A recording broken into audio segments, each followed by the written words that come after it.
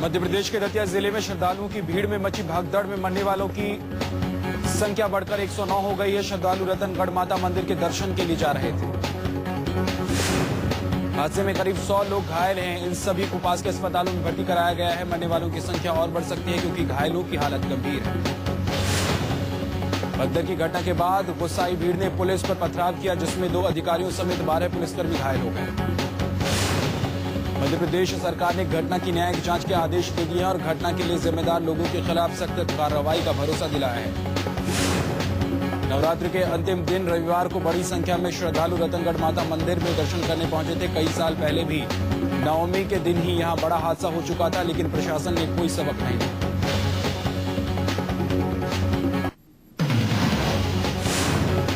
मंदिर से पहले पड़ने वाले सिंध नदी के पुल पर भारी भीड़ थी। पुल संकरा है और उस पर मौजूद भीड़ बेकाबू हुई तो पुलिस ने हल्का बल प्रयोग किया। इससे भगदड़ मच गई। इस दौरान कई लोग जान बचाने के लिए नदी में कूद गए। वहीं कुछ लोगों का ये भी कहना है कि भगदड़ मचने की वजह पुलिस लाठीचार्ज नहीं बल्कि पुल टूटने की अफवाह है। सही वजह जांच के बाद ही सामने आएगी। मुख्यमंत्री शिवराज सिंह चौहान ने इस हादसे पर गहरा दुख व्यक्त किया है और निर्वाचन आयोग की अनुमति से मरने वालों के परिवारों को 1.5 लाख रुपए मुआवजे की घोषणा की है। भगदड़ में मरने वाले ज्यादातर महिलाएं और बच्चे हैं। अब तक मिली जानकारी के मुताबिक मारे गए 109 लोगों में से 31 महिलाएं और 17 बच्चे हैं। प्रधानमंत्री मनमोहन सिंह, कांग्रेस अध्यक्ष सोनिया गांधी और राष्ट्रपति प्रणब मुखर्जी ने रतनगढ़ माता मंदिर के भयानक हादसे पर गहरा दुख जताया है।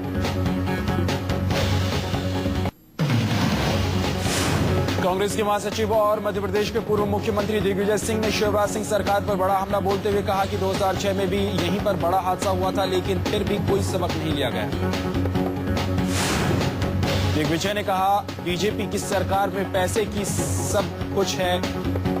रतनगढ़ में भगदड़ इसलिए मची क्योंकि पुलिस ने 200 रुपए की खातिर नो एंट्री जोन में ट्रैक्टर आने की इजाजत दी।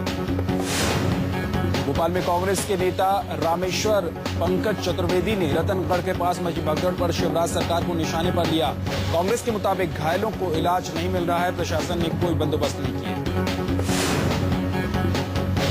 मुंबई के पास कल्याण में एक इमारत की 4थी मंजिल पर एक ही परिवार के मां, बाप और बेटे की दिन दहाड़े हत्या कर दी गई। पुलिस को तीनों के हाथ सेलोटेप से बंधे हुए मिले। मरने वाले तीनों में से एक ने पुलिस कंट्रोल को फोन कर अपनी जान खतरे में होने की सूचना दी, लेकिन घर का पता नहीं होने से पुलिस को पहुंचने में 20 मिनट का वक्त लगा। इस दौरान फोन करने वाले की भी हत्या हो गई।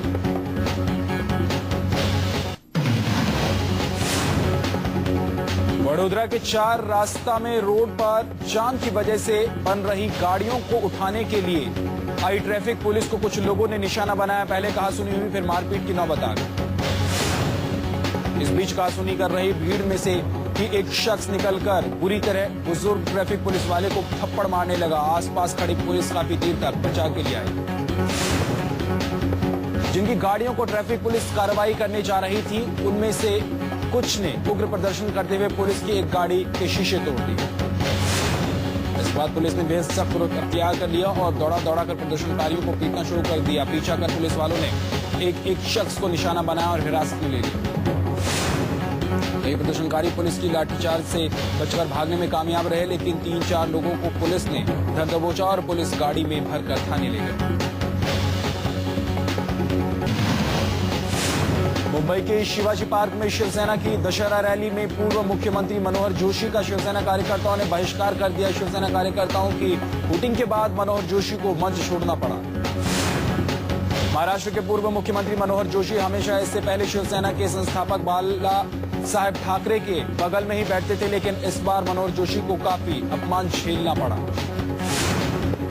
जब शिवसेना के कार्यकर्ता मनोहर जोशी के खिलाफ जमकर नारेबाजी कर रहे थे, तब भी उद्धव मंच पर मौजूद थे, लेकिन उद्धव ने कार्यकर्ताओं को शांत करने की कोशिश नहीं की। मनोहर जोशी ने उद्धव पर हमला करते हुए कहा था कि अगर बाला साहब जिंदा होते और अगर सरकार ने उनके पिता के स्मारक के निर्माण में विलंब किया होता तो वो सरकार गिरा देते। शिवसेना प्रमुख उद्धव ठाकरे ने मनोहर जोशी का नाम लिए बगैर ही हमला बोलते हुए कहा कि मैं दबाव में कोई निर्णय नहीं लूंगा। जरूरत पड़ने पर शिव सैनिकों के सामने नतमस्तक होऊंगा, लेकिन किसी और के सामने नहीं।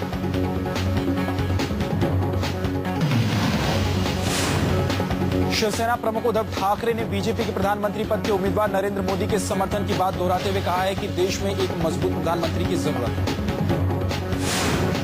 2014 के लोकसभा चुनाव से पहले एनसीपी चीफ शरद पवार ने बीजेपी के पूर्व अध्यक्ष रहे नितिन गडकरी की मौजूदगी में ही कहा है कि राजनीति में कोई अछूत नहीं होता। सवाल उठता है कि एनसीपी सुप्रीमो शरद पवार के इस बयान से क्या ये समझा जाए कि अगर अगले लोकसभा चुनाव में बीजेपी को ज्यादा सीटें मिली तो उन्हें बीजेपी से गठबंधन करने में कोई परहेज नहीं होगा। बीजेपी के पूर्व अध्यक्ष नितिन गडकरी ने भी इस मौके पर भाषण दिया। गडकरी पवार के नजदीक ही बैठे थे और बीच बीच में वो आपस में बातचीत करते भी नजर आए। 1993 मुंबई धमाकों से जुड़े एक मामले में बची हुई सजा काट रहे अभिनेता संजय दत्त 14 दिनों की और छुट्टी चाहते हैं। संजय दत्त येड़वदा जेल से 14 दिन के पैरोल पर मुंबई में अपने घर लौटे हैं। उनकी पैरोल की मियाद आज खत्म हो रही है।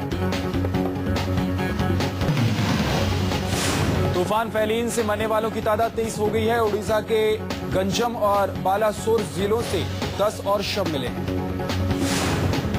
फैलीन तो शांत हो गया है, लेकिन उसका असर अब भी देखने को मिल रहा है। मौसम विभाग ने भविष्यवाणी की है कि तूफान के असर से छत्तीसगढ़ और उत्तरी हिस्सों में भारी बारिश की आशंका है।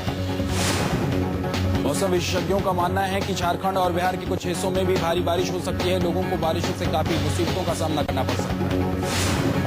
सरकारी आंकड़ों के मुताबिक चक्रवात से 90 लाख लोगों के जीवन पर असर पड़ा है। काफी बड़ी संख्या में लोगों के घर, मकान और उनके अंदर का सामान तूफान में बह गया। तूफान से सबसे ज्यादा नुकसान कच्चे घरों को हुआ है। अनुमान लगाया जा रहा है कि फैलीन से तटीय इलाकों के करीब 10,000 कच्चे मकान तबाह हो गए। तूफान के गुजर जाने के बाद ओडिशा के मुख्यमंत्री नवीन पटनायक ने अपनी पीठ ठोकी है। पटनायक ने कहा है कि ओडिशा में 9 लाख लोगों को निकालकर सुरक्षित जगहों पर ले जाया गया, जिससे बड़ा नुकसान नहीं हुआ। सीएम नवीन पटनायक ने कहा कि 36 घंटे के अंदर ही ओडिशा राज्य में बिजली सप्लाई को दोबारा शुरू कर दिया गया है। राज्य सरकार राहत और बचाव में जुटा हुआ है। तूफान फैलीन से बचाव के लिए करीब 7 लाख लोगों ने अपने घर छोड़ दिए थे। 2-3 दिनों से सरकारी राहत शिविरों में रहने को मजबूर रह रहे ये लोग अब अपने घर लौटने लगे हैं। यूपी के मुख्यमंत्री अखिलेश यादव की पत्नी डिंपल यादव के संसदीय क्षेत्र कन्नौज में रेप पीड़ित के साथ ज्यादती की तस्वीरें सामने आई हैं। कन्नौज में यौन शोषण का विरोध करने पर गुंडों ने बुरी तरह से पीटा। यूपी पुलिस गुंडों का ही बचाव करती नजर आई। पीड़ित लड़की को 5 घंटे तक थाने में ही बिठाया गया। मीडिया के हस्तक्षेप के बाद केस दर्ज किया गया।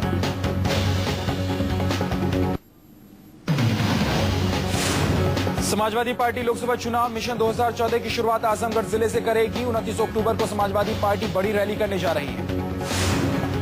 पिछले साल हुए विधानसभा चुनाव में आजमगढ़ की 10 में से 9 सीटें जीतने वाली एसपी इसी जिले में एक बार फिर लोकसभा चुनाव का शंखनाद करेगी। सूरत आश्रम में सुसाइड की कोशिश करने वाले आसाराम के भक्त की हालत अब भी काफी नाजुक बनी हुई है। भक्त राजाराम को आईसीयू में भर्ती करवाया गया है। विजयदशमी को देश के कई इलाकों में रावण की जगह आसाराम की तस्वीरें लगाकर पुतला जलाया गया। आसाराम पर नाबालिग से यौन शोषण के आरोप लगे। यूपी के मुरादाबाद में भी लोगों ने आसाराम की तस्वीरों को जलाया। आसाराम के बेटे नारायण साईं को तुरंत गिरफ्तार करने की मांग।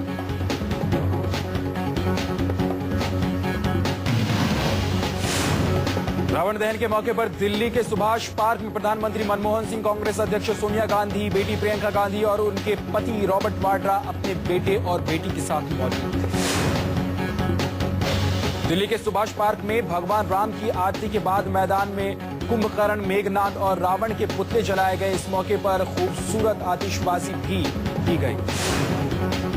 बीजेपी के प्रधानमंत्री पद के उम्मीदवार और गुजरात के मुख्यमंत्री नरेंद्र मोदी ने पुलिस और सुरक्षा कर्मियों की मौजूदगी में शस्त्र की पूजा की। हर साल की तरह मोदी ने 9 दिन के उपवास के बाद विजयदशमी के मौके पर अपने घर में शस्त्र की पूजा की। तस्वीरों में मोदी तलवारों और बंदूकों की पूजा करते हुए नजर आ रहे हैं। मैसूर में हर साल की ही तरह धूमधाम से दशहरा मनाया गया। स्थानीय लोगों के साथ साथ विदेशी पर्यटकों ने भी आतिशबाजी और महल में सजाई गई रोशनी का जमकर लुत्फ उठाया। पूरे देश में धूमधाम के साथ दशहरा मनाया गया। जयपुर में विजयदशमी के मौके पर जबरदस्त आतिशबाजी के साथ साथ रावण, मेघनाथ, कुंभकर्ण के पुतलों को जलाया गया।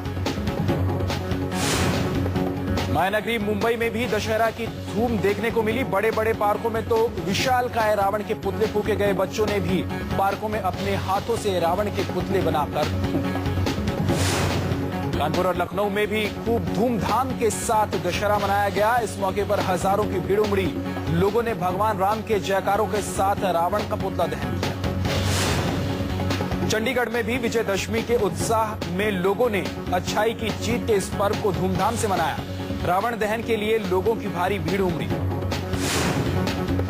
गुजरात में भी विजयदशमी की धूम देखने को मिली। वडोदरा और राजकोट में भी रावण, कुंभकर्ण और मेघनाथ का पुतला दहन किया गया। लोगों ने धूमधाम से सच्चाई की जीत का पर्व मनाया।